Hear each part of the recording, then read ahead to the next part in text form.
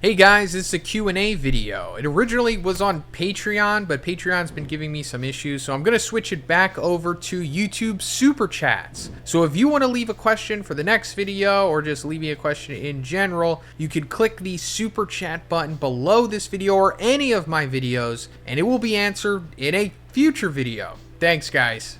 Baby I asks, hey Z, can you please clear up the confusion with Sukuna's fingers and Yuji, because in the latest chapter, Sukuna says that Yuji was born with a sealed finger, which we never knew about before. So thank you so much for the question, Baby I. Yes, this is very important, especially coming off of the latest chapter, like you said, and I'll try my best to make sense of this. So first, let's start with Lightning's translation. Lightning Claire on Twitter, probably the best Jujutsu Kaisen translator at the moment. So they translated what Sukuna said speaking to Urarame as, you already know this, but Yuji Itadori, as a culling game player, was born with a cursed object, my finger sealed within him. It was necessary to ensure his strength as a vessel. And then Urarame said, I see, but doesn't this mean that he's hiding the same as Sukuna-sama's latent ability? So as you can take away from this, this means that Yuji always had a finger within him, even before we saw him eat that finger at the end of episode 1. And also, as Sukuna says here, I guess Kenjaku felt it was necessary so that Yuji was inherently strong enough to be the vessel for Sukuna. Because, you know, we know that Kenjaku took over the body of the sorcerer Kaori and then wound up getting together with Yuji's father, Jin, who we actually just found out was the reincarnated brother of Sukuna. So that I guess when that was happening, Kenjaku also took little baby Yuji and implanted a Sukuna finger in him, which was sealed as well. I don't think it was like a surgical transplant. So now at this point, let's go over all of the fingers that Yuji has eaten, or at least that we've seen, and all of the fingers supplied, so we can fully understand where all the fingers are and where they all have been, and where Sukuna is currently right now. So in the first chapter / episode, like we said, we see Yuji eat the finger that was found from the occult research club. That's when, you know, Sukuna originally takes him over. Then, I think it's chapter 2, Yuji eats another finger that Gojo gave him. Then going further, maybe chapter 8, I think it was like after the finger bearer was defeated, Sukuna, who had taken over Yuji, eats the finger that came from the finger bearer. So that's 3 right now. Then, going all the way to chapter 63, the other finger bearer that Megumi had defeated at the bridge, we see Sukuna, like, eat that, but his mouth is, like, in Yuji's hand. So that's 4. Then, going all the way to Shibuya in chapter 111, Nanako feeds Yuji one of Sukuna's fingers, saying that it might attract cursed spirits, such as, like, you know, Sukuna coming out. So that's 5. Then in the following chapter, we see that iconic panel where Gojo busts out 10 fingers and then feeds them all to Yuji one by one. So that's when we get the legendary 15-finger Sukuna / Yuji. So then after that, I think this is the moment where the very first finger that we were talking about implanted in Yuji might have been unsealed, which we were really confused about this point in relation to what Kenjaku was talking about to Yuji, because we're going to chapter 136 at this point, at the end of the Shibuya arc. When talking to Tsukumo, Kenjaku's like, as of this moment, I've broken the seal on the cursed objects. Some have been deep in slumber since being exposed to my cursed energy at the time of marking, but they will soon awaken. I carefully chose them and the cursed objects. Think of it as releasing 1,000 malevolent Yuji Itadoris. The people I had ingest cursed objects like Yuji, and then in that panel we see him eating the finger in chapter 1, but this probably was in reference to him implanting the finger in baby Yuji. And then we see him like take a string and then he just unlaces it. And I guess that's when the finger in Yuji was unsealed. So I guess that means that he was at 16 fingers at this point, possibly. It's really up for debate, but it seems likely at this point, and I'll go more into that in a little bit. But going further to chapter 222, we see Urarame give Sukuna 3 more fingers, saying that she couldn't find the last one. And Sukuna says, well, it's probably because Gojo was keeping it, which we found out was very likely the case. So at this point, he would have 19, if we're counting the possibly unsealed finger that Kenjaku caused in chapter 136. Then after that, we see Sukuna eat his mummified head of like his original body. And he said that this should compensate for a finger's worth of power. So I guess you could say that at that point, Sukuna was at full power for the most part, because he would have technically had 19 fingers plus the head, which he himself compensates for 1 finger's worth of power. So like I said, 19 fingers plus the head, which would be technically 20 fingers of power, meaning that he probably fought Gojo at full power, right? I mean, technically, if you wanted to go into that. And then as for the last actual finger itself, later on we found out that I guess it was being held by Gojo, or it was just held by Tokyo High to some extent, because Akotsu revealed that he did something with it, and Rika, I guess, to gain Sukuna's cleave ability. Now, we still don't know what happened with that finger. I don't know. I guess it's gone now, even though it technically can't be destroyed. I don't know. But I guess that just clears up what's going on with the fingers and Yuji and everything. So he doesn't have a finger right now, I'm assuming, because when Sukuna transferred himself to Megumi, he took everything with him. If, in fact, the finger was unsealed by Kenjaku in chapter 136. But, yeah, still a little confusing, but I guess that's it for now. Maybe we'll get some more information as the chapters get released. But first, guys, let's talk about GamerSup's brand new Waifu Cup launch at 3 p.m. Eastern today. And it's the Egyptian Waifu Cup that you can get for free with the purchase of a tub. If you've been following the channel, you know that I'm a big fan of ancient Egypt, and this aesthetic is incredible. And you also probably know that these things sell out immediately, so you're going to have to grab it as soon as you possibly can. And if you're looking for a great flavor to pair it with, check out Raw Meat, which is made by YouTuber Meat Canyon. It has a great watermelon flavor to it. So I'll have the link in the description, and make sure you use code BIGZ for 10% off. Thanks, guys. Austin Young asks, I've never been able to find an answer to this. After Goku fought Hit in the Universe 6 vs 7 tournament, Goku said that he was just predicting Hit's movements to beat his time skip, but King Kai later explained Goku only beat Hit because he was using the boosted Kaioken power to force himself into the future.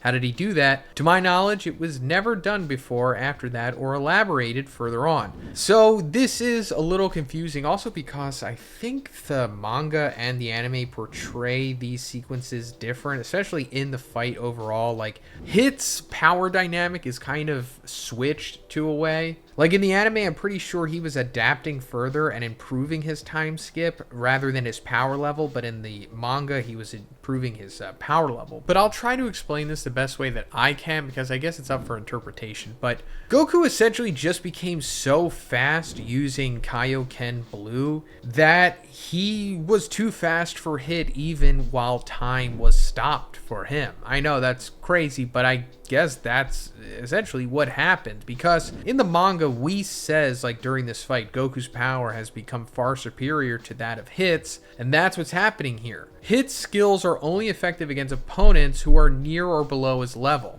So I guess even though Hit was technically stopping time, since he was technically weaker than Goku, and Goku was so unbelievably fast at that point, Goku was still able to overcome it by, as he says, predicting his movements, and King Kai saying that he was forcing himself into the future. I don't know if Goku was literally manipulating time, per what King Kai is saying, because I think that they probably would have elaborated on that more. Like, that would be a pretty cool future moveset of Goku, like going into the future or time manipulation to some extent. But I guess it just means that he was so fast that he was forcing himself into Hit's future, if that makes sense. Like, time was still stopped, but Hit just simply wasn't powerful enough to capitalize on it, or fast enough. I guess you can kind of relate it to like the Justice League movie when the Flash is moving and trying to get around Superman after he had awoken and he was like still in that like feral kind of state, but Superman could still perceive the Flash and like reach out to him and grab him and move him and stuff. It's kind of like that, except to a much grander degree in the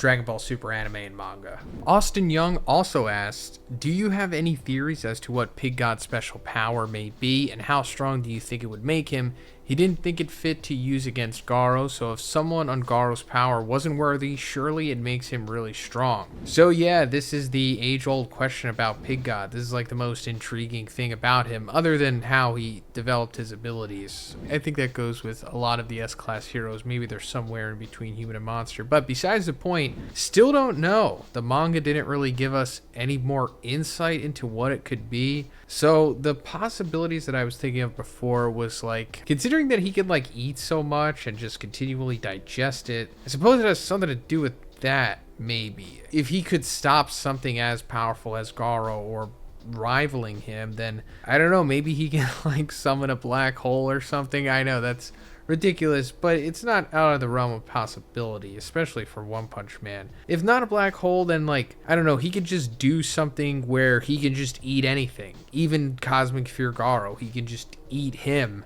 and then digest him somehow. Or he just explodes. Like, he could just use all of the energy in his fat and I don't know, create like a massive explosion that could destroy even Garo. I mean, it doesn't seem likely that, you know, since Garo would just be inherently way more powerful than whatever the energy in his fat could produce in an explosion, because we saw that he used all of it just to heal Tank Top Master, you know, when Fubuki was kind of like the conduit. So I don't know, your guess is as good as mine, to be honest. Jilung Jian asks, hi Zhoniin, how would you rank the cadres based on what we know from the manga? Assume the cadres would be at their peak strength, so Evil Natural Water and Fear Ugly would be Vomited Fear Ugly, etc. Could you also include Orochi in this ranking as well? So, thank you for the question, Jilung. I hope I'm saying your name correctly. Also, I am very rusty on the One Punch Man power scaling. I'm actually going to do a reread of the full series soon,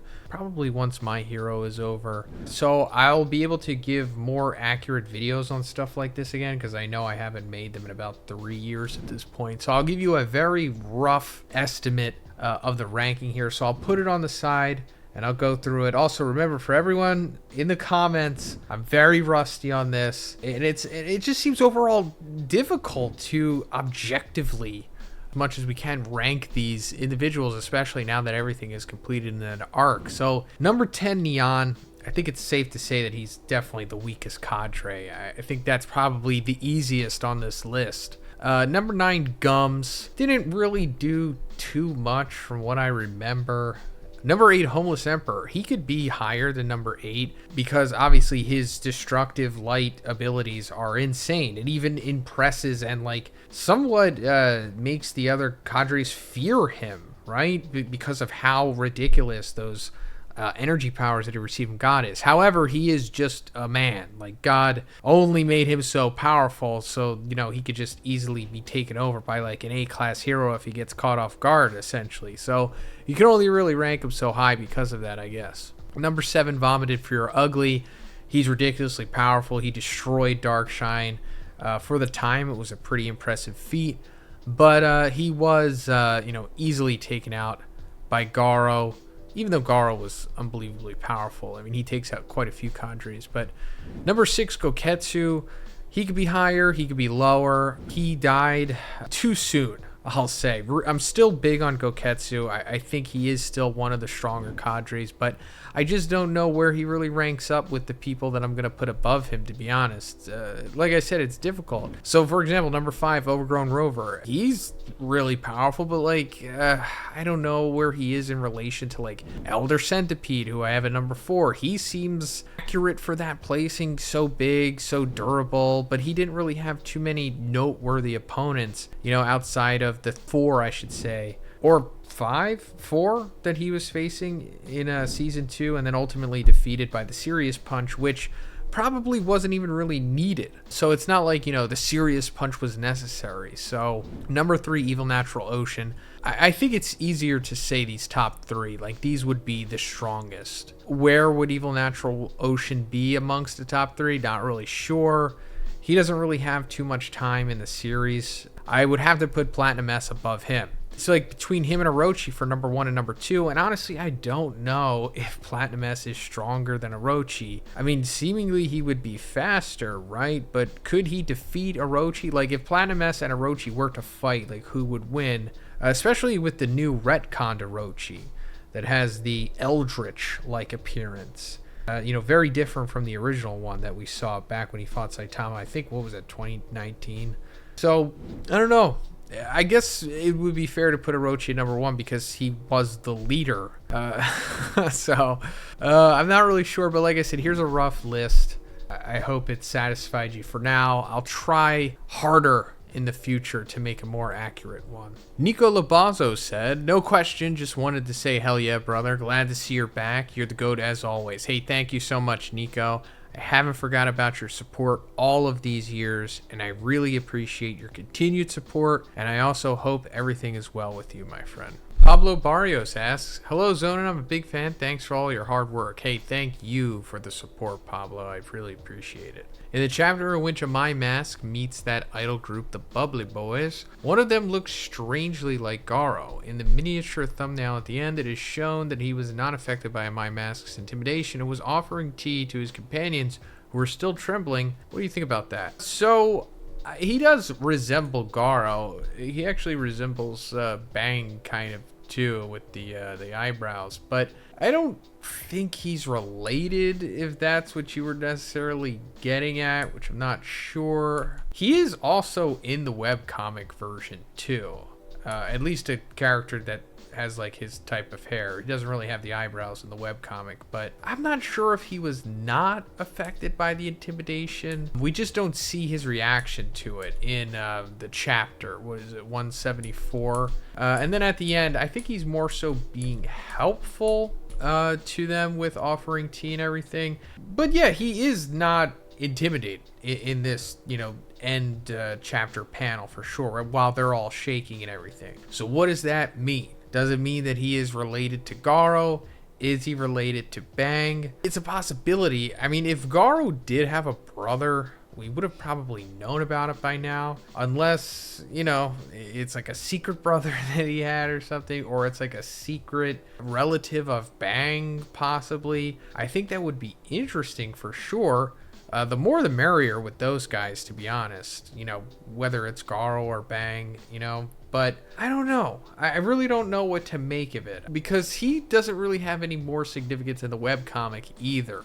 So maybe that'll change in the manga. But all we can really do now is just observe his progress, I suppose. Because he is going to come back later on with the Neo Heroes stuff. Spoilers. But yeah, so I guess we'll just have to wait and see. But Occam's razor at this point just says that he has a similar design to Garo and Bang, I suppose. Popcorn Chicken asks, hey, Zhoniin, it's good to see you here again. Hey, thank you, Popcorn. It's good to see you again, too. In your opinion, is it possible for Katarina Devon to give orders to the pacifistas and Seraphim when she's using her devil fruit to impersonate Saturn? So, absolutely. I believe that's the reason why she did it. Well, not entirely, but part of it is to probably give orders to pacifistas and the Seraphim. Well, considering that the pacifistas were all destroyed in Egghead, maybe more so Seraphim at this point, but also I think her impersonating Saturn now using her nine-tailed fox devil fruit, it's probably going to have something to do with orders that she not just gives to the Seraphim, but just to the world government in general, or, she'll have to do something to where the other Gorosei aren't there, because I assume that, considering that their special power set that they have that, we haven't been privy to what exactly it is, I'm sure they can catch on to if someone is not the legitimate Saturn or not, or if somebody's using a devil fruit to impersonate him. So if she can get somewhere, in Marijois when the Gorosei aren't around, or, somebody like that, then she could give some crazy orders, such as, what Blackbeard ultimately wants, to make Hachinosu its own, kingdom that's a part of the world government, so that he can join the world government as, the king of it. So then it becomes like an allied nation. Maybe she can finagle that some way. Or the Gorosei just somehow wouldn't know the difference between Katarina Devon impersonating Saturn and the real Saturn. But other than that, I think it's for political gain. And if it's not just that, then it's just to benefit the Blackbeard pirates in some way. You know, give them something to further them in the plot that they otherwise wouldn't be able to have without impersonating Saturn. But other than that, yeah, her voice would work on pretty much anything, I guess, right? Because she essentially replicates that person.